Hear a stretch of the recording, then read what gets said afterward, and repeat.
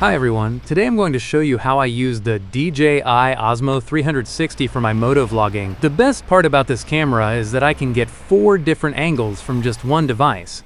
I've already exported 4 angles using the DJI Studio app. Instead of adding keyframes inside the app, I exported each angle separately and then cut them according to my storyline in DaVinci Resolve. This makes editing more flexible because I can choose the best moments from each angle and build a smooth narrative. Now, one of the main reasons I chose this camera over the Insta360 is the D-Log-M 10-bit color and the 1-inch sensor. These 3 things together make a big difference in the image quality.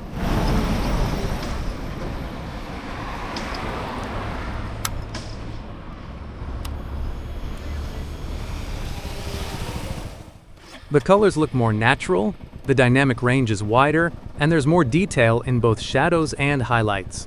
Especially when I ride during sunrise or sunset, I notice that the DJI Osmo 360 captures the sky colors beautifully without crushing the shadows.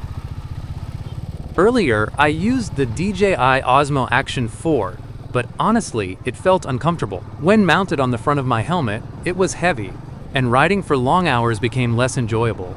Recently, I bought the LS2 Advant X Carbon helmet, which has a modular 180-degree flip. With a traditional action cam mount, I can't use that flip feature properly, so I decided to switch from a regular action cam to a 360 cam.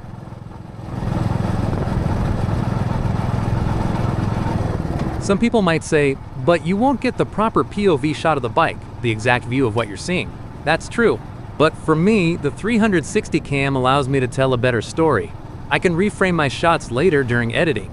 For example, I can show my face while riding, then instantly switch to a wide shot of the road, and then show the side view, all from the same recording.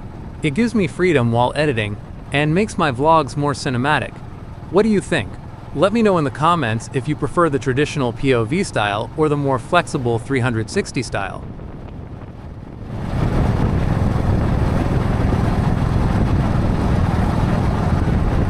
Of course, there are some drawbacks with 360 cams, like distortion and lens scratches. A quick tip: don't use the rubber cap DJI provides, because it can actually leave tiny scratches on the lens. Instead, use the small bag DJI includes. It's much safer. And if you're riding in dusty or rainy areas, I highly recommend buying a third-party lens protector, because repairing or replacing the fisheye lenses can be expensive. Battery backup is pretty good. With 3 batteries, I can record up to 5 hours of 8K 360 footage.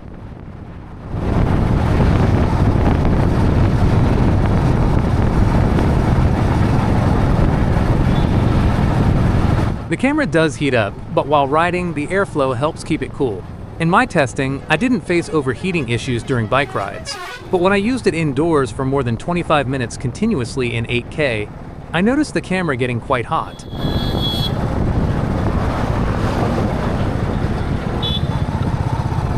This is my very first 360 cam, and I'm honestly super excited to use it in my travel vlogging.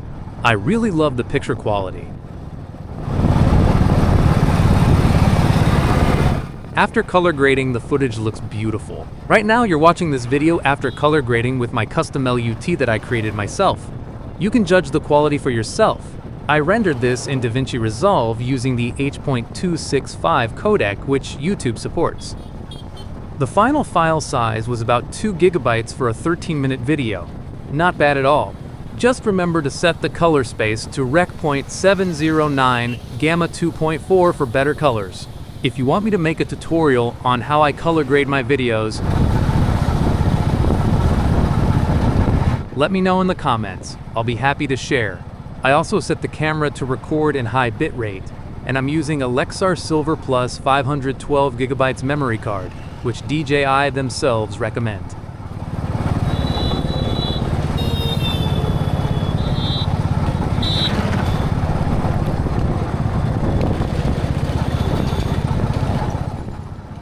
Another important feature of the DJI Osmo 360 is its stabilization. The footage looks smooth, almost like it was shot with a gimbal. For moto vloggers like me, That's a game changer, because no one likes shaky footage.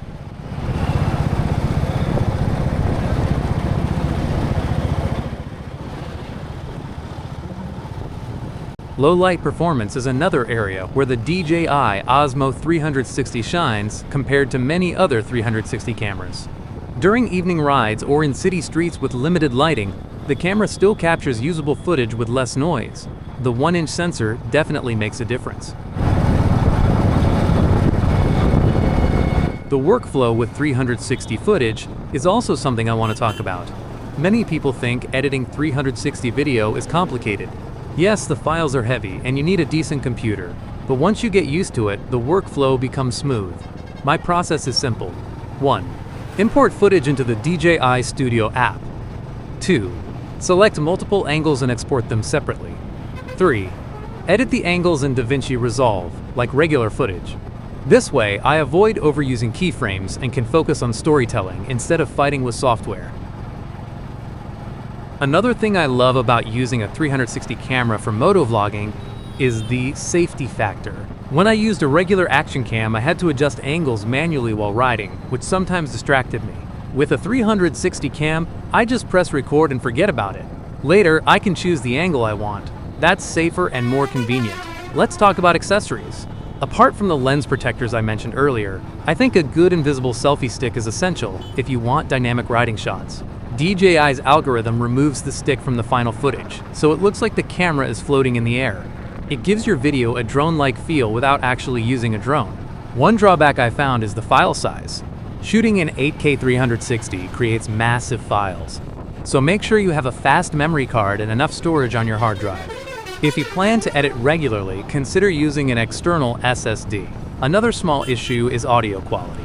The built-in microphones are decent, but they don't always capture the best sound, especially at high speeds with wind noise. If you're serious about moto vlogging, I recommend using an external mic inside your helmet and syncing the audio later. That way, your voice will be clear and professional. Now let's quickly compare it to the Insta360 X5. Insta360 has better software for reframing and a wider community with lots of tutorials. But when it comes to pure image quality, especially with that 1-inch sensor and 10-bit color, I feel the DJI Osmo 360 wins. For me, color grading flexibility is more important than just software features, so DJI fits my needs better.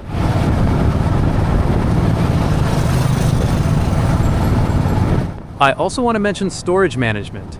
With a 512 gigabytes card, I can shoot almost an entire day without worrying. But I always carry at least one extra card as backup, because nothing is worse than running out of space during a ride. Another tip, always keep your lenses clean. Even a tiny fingerprint or dust particle can look very distracting in 360 footage, because the fisheye lenses capture everything. I use a microfiber cloth before every ride, just like cleaning glasses. Overall, my first impressions of the DJI Osmo 360 are very positive. It's not a perfect camera, no camera is, but for my type of moto vlogging, it feels like a big upgrade. The combination of high image quality, flexibility in editing, and comfort while riding makes it worth it. Alright guys, if you enjoyed this video, please hit the like button and share your thoughts in the comments. Let me know if you want me to do a detailed color grading tutorial or maybe even a full setup tour of my helmet mount and accessories. Thanks for watching, and I'll see you in the next ride.